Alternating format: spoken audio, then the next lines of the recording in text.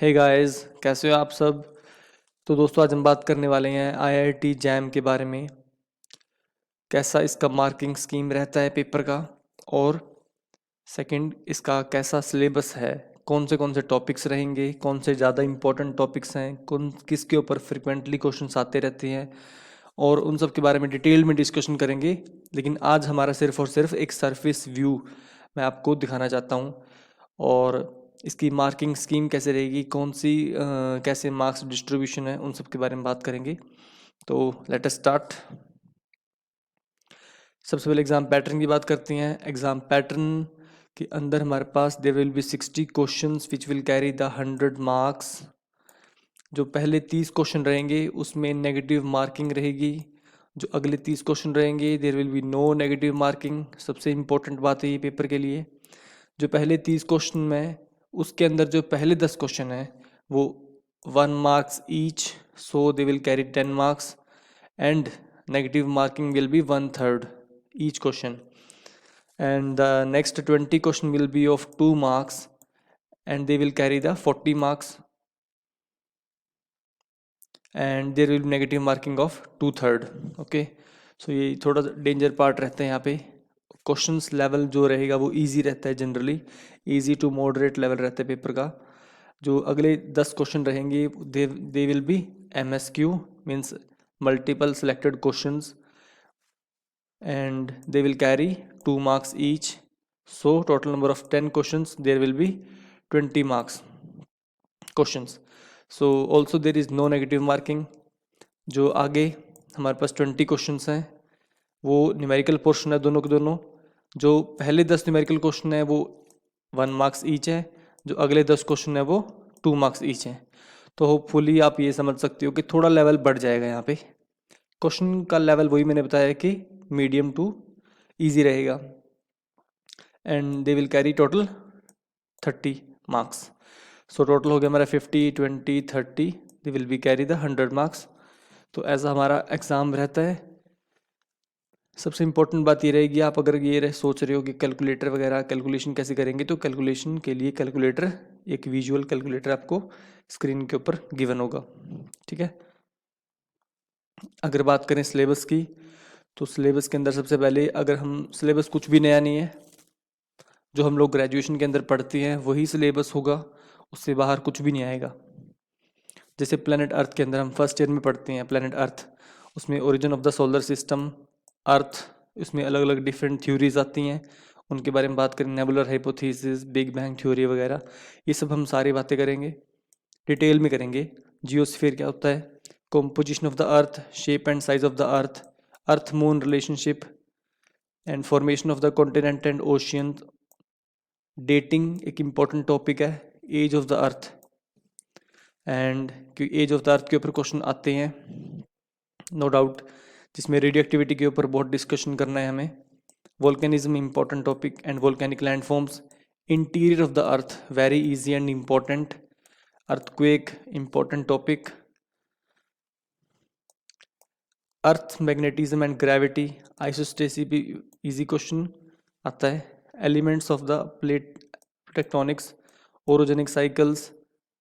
Then we second portion हमारा रहेगा geomorphology का, weathering and erosion, transportation and deposition due to wind, ice, sea, river and their resulting landforms. सारे landform पढ़ेंगे, कौन से erosion से बना है, कौन सा डिपोजिशन से बना है, सारे लैंडफॉर्म का डिस्कशन करेंगे। क्योंकि क्वेश्चन आएगा यहाँ पे जस्ट उसका, ये किसका लैंडफॉर्म है, मतलब कैसे बना है, सिंपल क्वेश्चन आएंगे, सिर्फ हमें एक बार पढ़ना है इसको और क्वेश्चन हो जाता है इजीली। जैम के अंदर भी क्वेश्चन आया था, मिक्स्ड क्वेश्चन आता है, मैचिंग करनी पड़ती है, ऐसे क्वेश्चन आते हैं इसके अंदर। ठीक है। स्ट्रक्चरली कंट्रोल्ड लैंडफॉर्म, ये सब देखेंगे। देन आगे हमारे पास स्ट्रक्चरल जियोलॉजी। स्ट्रक्चरल जियोलॉजी बहुत इंपॉर्टेंट पोर्शन रहता है। इसके अंदर हमारे पास न्यूमेरिकल क्वेश्चन ज़्यादा बनते हैं, थ्योरेटिकल भी बनते हैं, न्यूमेरिकल भी रहेंगे हमारे पास इसमें। Concept of stratum, contour, contour के रूल्स होते हैं उनको समझेंगे, outcrop patterns, maps and cross sections, dip strike important topic है, classification and origin of folds, joints, very important portion, बिल्कुल कॉन्सेप्चुअल पार्ट है। कोई इसमें मतलब वो नहीं है, इनको समझना ही पड़ेगा। अनकन्फर्मिटी वेरी इजी और बहुत इजी क्वेश्चन आता है। लिनिएशन फोलिएशन थोड़ा टिपिकल पोर्शन है थोड़ा सा ये, लेकिन हो जाता है। शेयर जोन्स ये आपस में रेलेवेंट ही है, कोई ज़्यादा डिफरेंस नहीं रहेगा। Stereographic and equal area projection of planes and lines बहुत थोड़ा कॉम्प्लिकेटेड पार्ट लगता है देखने में, लेकिन होता बहुत इजी है, ये भी हो जाएगा। Competition of the true thickness of beds from the outcrop and borehole, इसमें सिर्फ हमें थिकनेस निकालनी होती है, हमें डिफरेंट डिफरेंट कोई बेड इंक्लाइन दे देंगे, simple sine theta cos theta करके डिप निकालना होगा हमें true thickness, basically this thickness we have to calculate. So very easy topic, कोई दिक्कत नहीं है, जैम के अंदर भी 2020 में क्वेश्चन आया था। Okay, then we have palaeontology, major steps in the evolution of life forms, fossils, fossil से आप वैसे यूज टू हो, पुरानी प्रीवियस क्लासेस के अंदर हम लोग पढ़ते ही हैं। Their mode of preservation and utility, morphological characters, major evolutionary trends and ages of important groups of animals. कौन से animals? Brachiopod, trilobite, graptolida, anthozoa, echinodermata and mollusca, ये सारे इंपॉर्टेंट टॉपिक्स रहेंगे। इनमें इन सब की मॉर्फोलॉजी समझनी होगी हमें ध्यान से, मॉर्फोलॉजिकल भी क्वेश्चन इंपॉर्टेंट है। और कुछ इंपॉर्टेंट करेक्टरिस्टिक्स के, कौन सी एज का है ये, कौन से टाइम का है, कब ख़त्म हुआ, कब मतलब कि एक्सटिंक्ट हुआ बेसिकली, कब ओरिजिनेट हुआ, कैसे थोड़ा बहुत एवोल्यूशनरी ट्रेंड बेसिकली, ये सब इंपॉर्टेंट क्वेश्चन है, इस पर यही सवाल बनता है।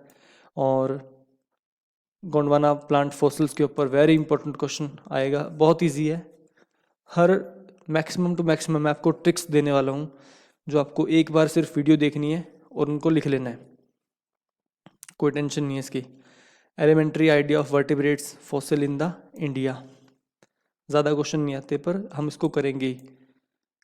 एलिफेंट्स वगैरह के ऊपर क्वेश्चन, जैसे इस बार हॉर्स का क्वेश्चन आया था, उसकी मेरे पास बहुत अच्छी अच्छी मतलब हर टॉपिक्स की ऑलमोस्ट मैंने ट्रिक्स बनाई हुई हैं और हम इजीली इसको कर जाएंगे। अगर स्ट्रैटिग्राफी की बात करते हैं, अगर principles of stratigraphy, litho, chrono, important, biostratigraphy, classification, distribution and classification of the stratigraphic horizons of India from Archean to recent.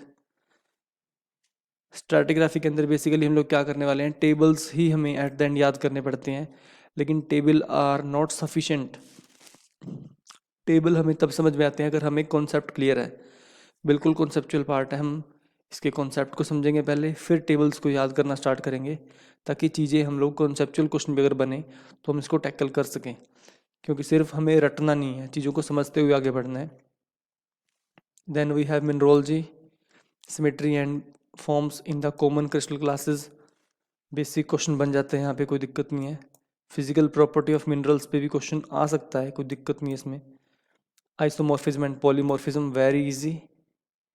Classification of minerals, structure of silicates भी हमें इनको स्ट्रक्चर्स को समझना पड़ता है, इनकी रेशियो होती है सिलिकॉन टू ऑक्सीजन रेशियो, यहाँ पे इन चीज़ों को याद करते हुए चलना पड़ता है।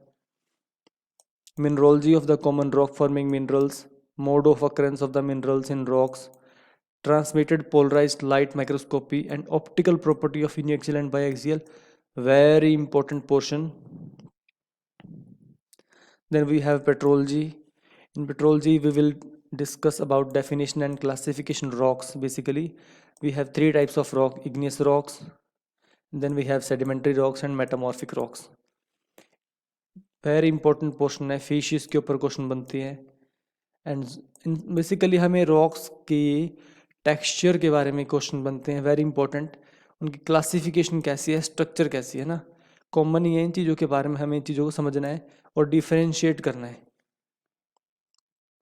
Characteristics mineral assemblages of pelite in the Barrovian zones and mafic rocks in the common facies, Barrovian zones very important topic. Economic geology की बात करें अगर हम लोग, property of common economic minerals, economic geology में बिल्कुल सरफेस पे question आता है, मेन चीज़ें कर लो तो काम हो जाता है। और general processes of formation of minerals and deposits, physical characteristics and mode of occurrence and distribution in India, question आया था इस बार 2020 में। बेसिकली हमें हर मिनरल का यही देखना है कि कहाँ पाया जाता है, basically mode of occurrence and distribution in India. Very important portion है इकोनॉमिक जियोलॉजी का, इसमें क्वेश्चन हमारा यहीं बनेगा। एंड जो हमारा सेकंड क्वेश्चन जो बनता होता है वो यहाँ बनता है कोल एंड पेट्रोलियम के ऊपर, ठीक है, very important portion. And then in last we have applied geology और we can say hydrogeology, okay. Then इसके अंदर क्या पढ़ेंगे, ग्राउंड वाटर को समझेंगे, प्रिंसिपल्स ऑफ इंजीनियरिंग जियोलॉजी के अंदर डैम हो गया ना, डैम्स, ब्रिज, ऐसे हम इन चीज़ों को समझते हुए आगे बढ़ेंगे। क्वेश्चन आ जाता है इस बार, क्योंकि कुछ पहले तो नहीं आता था लेकिन अब इन पे क्वेश्चन आने स्टार्ट हो गए हैं डैम वगैरह पे। कौन सी डैम प्रेफरेबल है, टाइप्स ऑफ डैम्स, मतलब कौन सी डैम कहाँ प्रेफर्ड की जाएगी, इस पे क्वेश्चन बन जाता है। सो ये रहेगा हमारे पास सिलेबस, मेन मेन चीज़ें। एंड इसकी मैं आपको पीडीएफ फॉर्मेट भी आपको मैं दे दूंगा। तो thank you so much for watching this video. And अगर अभी तक आपने मेरा चैनल को सब्सक्राइब नहीं किया है तो प्लीज़ जाके अभी सब्सक्राइब करें और अपने जो दोस्तों को भी शेयर करें। Thank you so much.